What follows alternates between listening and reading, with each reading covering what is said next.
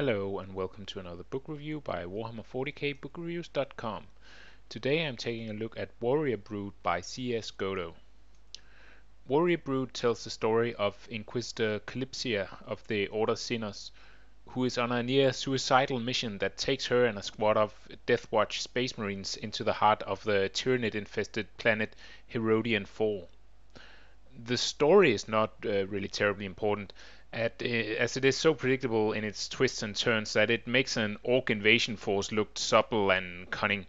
Suffice to say that if you're in the mood for a captivating narrative to pull you in, then you can basically stop listening right about now. For those of you who are still here, I will move on to the gore-filled meat and bones that make up Warrior Brood. The many pages of hectic battles between Space Marine and Tyranid beasts. The good news is that Warrior Brood truly lives up to being a real war story novel. You will be hard pressed to read more than a couple of pages without getting yourself covered in a fine mist of literary arterial spray, either coming from the monstrous Tyranid Xenos or the unfortunate humans and space marines that find themselves in their midst.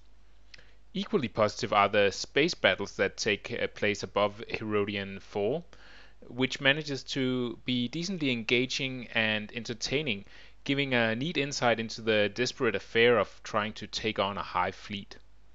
Sadly though, the majority of the action is focused on the Deathwatch Space Marines and the Inquisitor's quest on the planet itself, and these sequences leave much to be desired. Part of the problem is that the characters are so incredibly badly developed and have all the personality of a soggy napkin.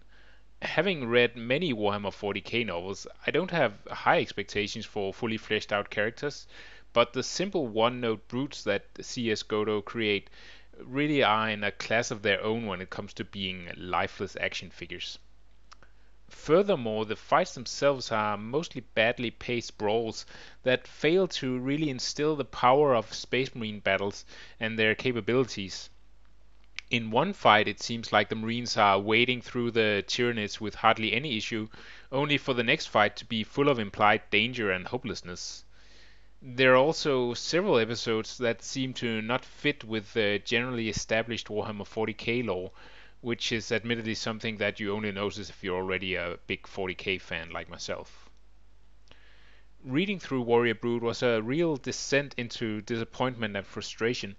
At first I was willing to forgive the flat characters and predictable story if only the action could keep me entertained. When it gradually became clear that most of the fighting passages were severely lacking, it became harder and harder to soldier on to the end of the book, as my desire to progress any further was slowly and surely sapped out from me. In that aspect at least, I guess Warrior Brood manages to project into you the sense of hopelessness that fighting a Tyranid hive fleet must instill.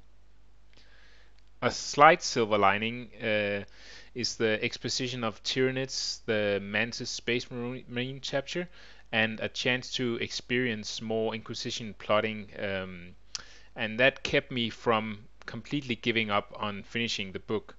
But I'm not sure that other readers would find these aspects motivation enough. Ultimately, I can't recommend Warrior Brood to any Warhammer 40k fan.